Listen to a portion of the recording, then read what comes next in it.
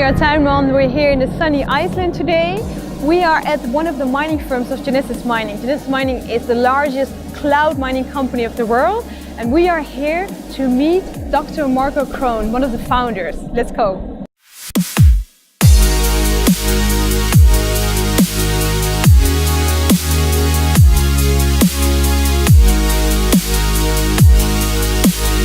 Hi, welcome back. So we're in the mining firm of Genesis Mining, and with us today we have Dr. Marco Krohn. Dr. Marco Krohn holds a PhD in physics. He has also studied mathematics and economics.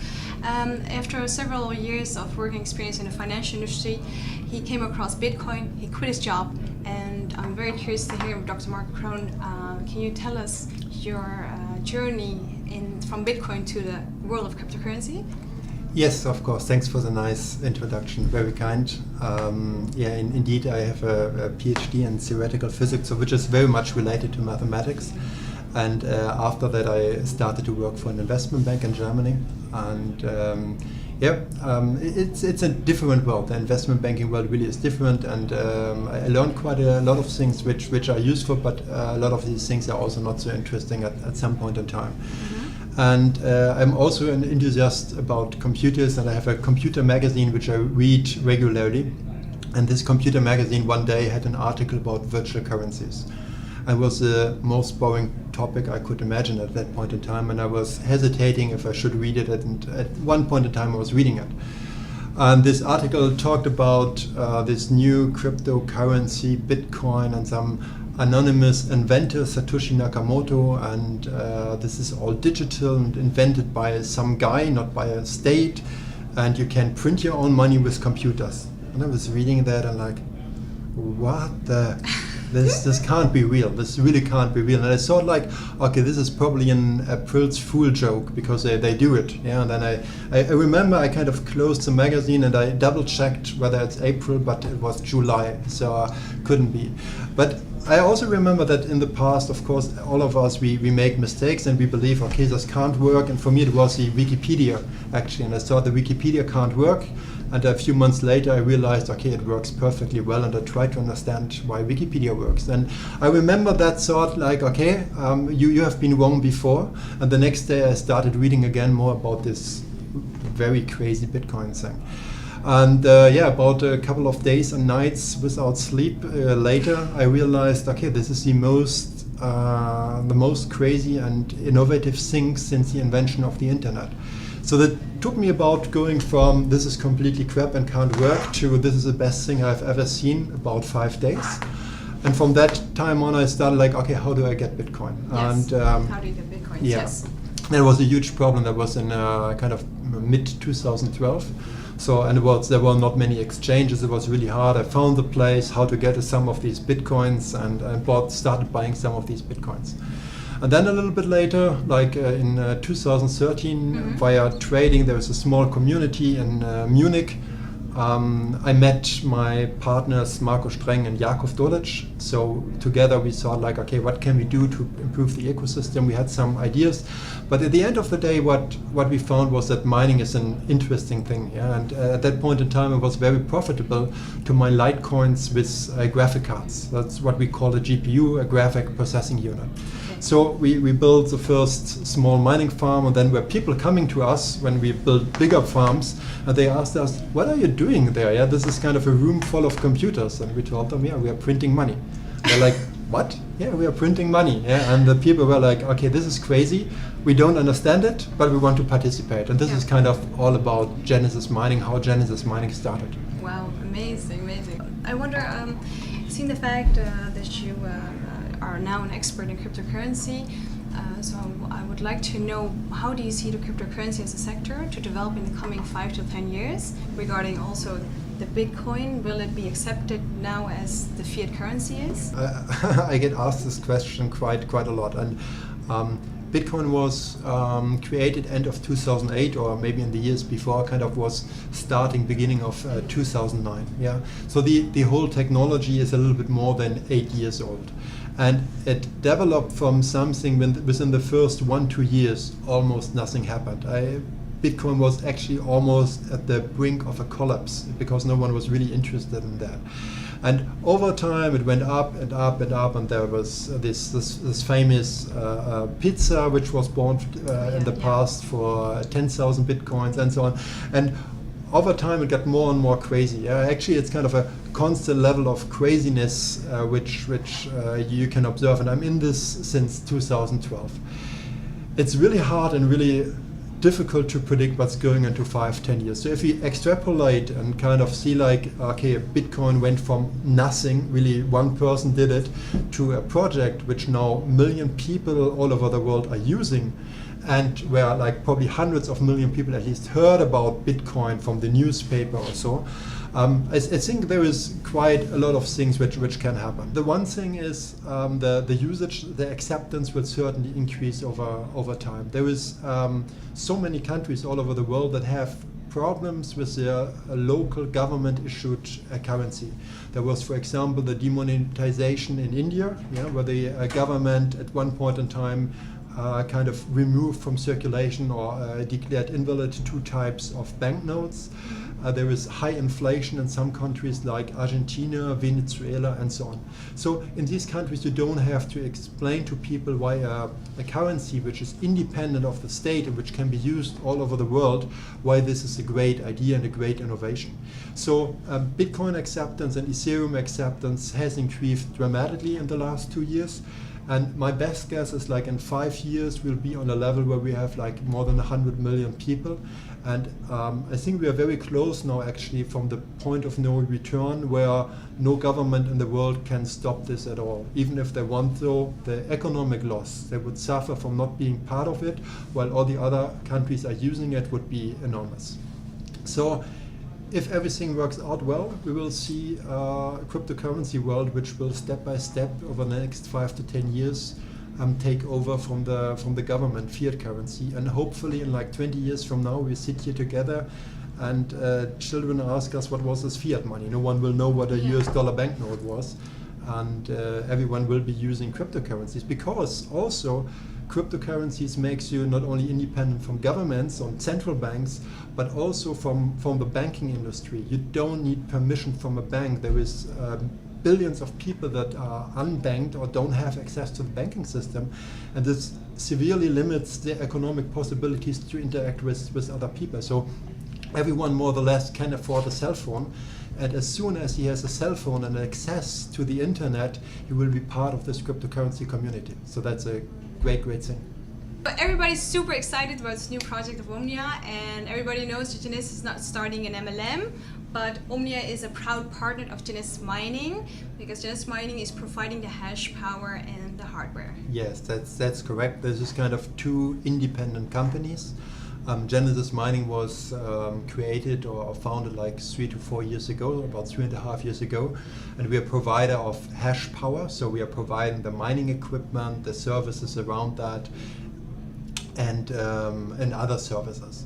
And OMNIA is buying from us the hardware, so they are the rightful and the legal owner of the hardware, but they are also kind of want to have the services, because running such a mining farm is a huge it looks maybe relatively simple, and you say like, oh yeah, I have a computer at home and I can turn it on and it works, but there is so many things that can go wrong, and these equipment that really runs at the limit of what is doable. So maybe the best comparison is like a Formula 1 racing car. Yeah? So you're at the limit all the time, so you need to check that everything is working. If something breaks, you have to replace it, and to improve it, you always have to watch the market, what's going on. If there is a new algorithm or if there is a new coin, you want to adapt. If there is a more efficient algorithm, you want to adapt. So what we provide is kind of a service package, but OMNIA is also buying the hardware. So the owner of the hardware, they which was built kind of the mining farm by Genesis Mining, but they also get a full service package from us. Can you explain me the part of the full service package? Yeah, that's kind of the hosting of the hardware, which means kind of sending it to a pool. You have these mining pools, ensuring that the hardware is running close to 100%. If something goes down, our team will be there to repair it. If there is, let's say, some ongoing things, like there is a new coin and OMNIA wants to mine this new coin, our people can do that. or if there's, let's say, an efficiency boost. Sometimes there's like small things you can change and you can gain a little bit of efficiency, like 5% more hash rate, 10% more hash rate. That's the kind of services we provide. So we are constantly monitoring the space and provide also advice, of course, to our partners, what's going on and what is interesting. So OMNIA is in the best hands regarding the cryptocurrency world. Yes, we have a long experience, and actually we started 4 years ago when the market was going down for a while. It was kind of going down, the prices were going down for a year, which can happen. Yeah. But kind of in that time, to survive in a time of a downturn, that really makes you a strong and good and efficient company. So Genesis Mining and what we are doing, the mining business in general, is all about efficiency. So get the most out of your hardware, get the cheapest electricity prices, and being connected to the hardware companies that produce the GPUs. So we know the top people all over the world, and we buy in huge bulk the hardware, which makes the pricing much better. As we know, there's a lot of interest going on for OMNIA in this market, especially in the network marketing. So we understand that the growth of this company is going to be rapid. Will Genesis Mining be able to supply the service and meet of demand of the OMNIA? Okay, that's a very good question. It's a lot of demand. We have been here today with 50, 60 highly motivated, enthusiastic people that are going to sell to people and are in contact with thousands of people, each of these people that has been here. So I think OMNIA will, that's my best guess, it kind of will bring it to a new level. Yeah.